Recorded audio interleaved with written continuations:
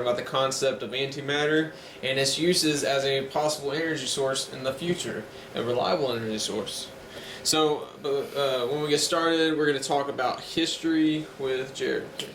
Alright, so antimatter was first hypothesized by Paul Dirac in 1928 when during his studies he was brought with this equation x squared equals 4, which had been around for a while, but it actually helped him hypothesize the existence of antimatter.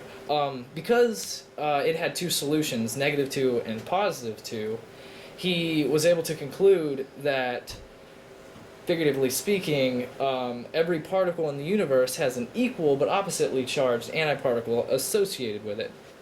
Now, the first antiparticle wasn't actually discovered until 1932 by Carl Anderson during his cosmic ray experiment, in which he noticed the distortion in electron patterns, which he was not able to attribute to any other fact except for a positively charged particle.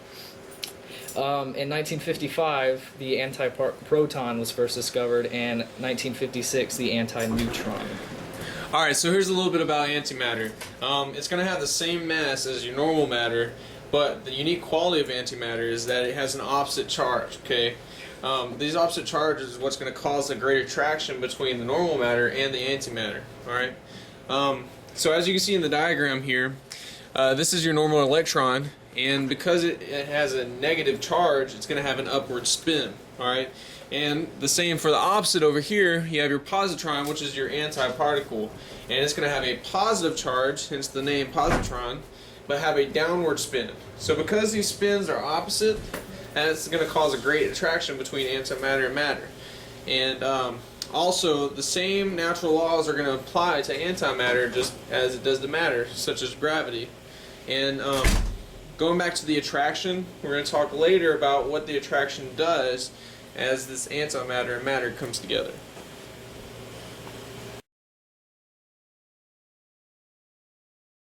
Alright, so what happens when antimatter and matter collide? Well, they go through this process called annihilation, in which they both collide at incredible speeds, turning their mass into just pure energy. And this energy is very powerful. This energy is in fact the energy that we hypothesize to be a solution for the human race in terms of advancing technology that just energy today can't support. Continuing on, the equation for annihilation is as follows. You have your electron, E negative, plus your positron, which is the counterpart particle for the electron, produces gamma radiation. And if the speed is high enough, it can produce additional particles. Okay, so this gamma radiation is the main energy that is released when antimatter annihilation happens, but is also the strongest source of radiation that there is in comparison to the beta radiation and the alpha radiation. So, as you can see in the diagram, this is the gamma right here, and it's going to be input through a magnetic field. And when the gamma is put through, it's a straight shot, whereas when the beta bends and the alpha bends, they're not nearly as strong as the gamma. Now, this being said, the gamma ray release is as powerful as thousands of nuclear bombs, but when harnessed, can be used to power new technology at a more efficient rate, which can in turn help the human race greatly.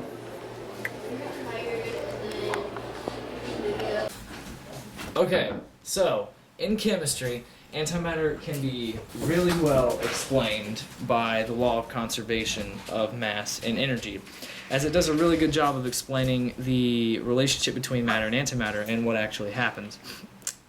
Now, it's seen in the equation E equals mc squared, which looks pretty simple but goes a long way in describing what happens between antimatter and matter during the process of annihilation. You see, when antimatter and matter are existing in nature, they are in the mass stage. They're both solid particles just floating around and attracting each other. Now, once they collide at high enough speeds, which is what the c squared is, the speed of light, they're traveling really, really, really fast. And when they collide hard enough, they undergo annihilation, they begin annihilation, and they take the mass and they smash it together hard enough and convert into pure energy, which is basically what this Absolutely. Okay. So antimatter and matter behave uniquely according to this equation in that they perfectly convert their mass into pure energy and vice versa. Okay, so to kind of put in perspective an example what we're talking about with E equals mc squared, we're just going to say that we have 1 gram of matter and 1 gram of antimatter. Okay, so we're going to plug that into the equation here of E equals mc squared. So that's going to be 0.002 kilograms times the speed of light squared, which is going to give you this big number right here of energy in joules. Okay, so kind of put it in perspective, let's say we want to power the Dallas Cowboys Stadium for 6 hours. Alright, we did that math, and once we subtracted that, we still had this amount of energy left. So what that means, what we're trying to get across with this is that it is a reliable energy source, that it doesn't have to be all used up at once, and in turn can be used in cases such as natural disasters, to power shelters, power cities, and it's not like it's going to be going away anytime soon. Okay. So antimatter and matter behave uniquely according to this equation in that they perfectly convert their mass into pure energy and vice versa. Okay, so in this next picture, we have both a hydrogen atom and an anti-hydrogen atom. And so as you can see on the left, the hydrogen atom has a proton in the center with an electron revolving around it. Whereas on the other side, the anti-hydrogen atom has an antiproton in the center with a positron revolving around it. Now, both of these are still uncharged atoms, even though... Okay, so applications of antimatter. Alright, PET scans. So we as a society have already been using antimatter for medical purposes, to take photographs of people's brains in order to find trouble spots that have given them mental illnesses or things like that, so that we can get them better. So this goes to show that antimatter is not some far-off technology that can't be obtained, for we have already been using it for quite some time. An interesting thing is that it's actually obtained in nature, and it can also be created in a lab, but it's found in the atmosphere during storms most often, and can actually be obtained with special magnetic field wielding technologies that trap all the antimatter in it. So it's not something, again, that can't really be obtained by people. And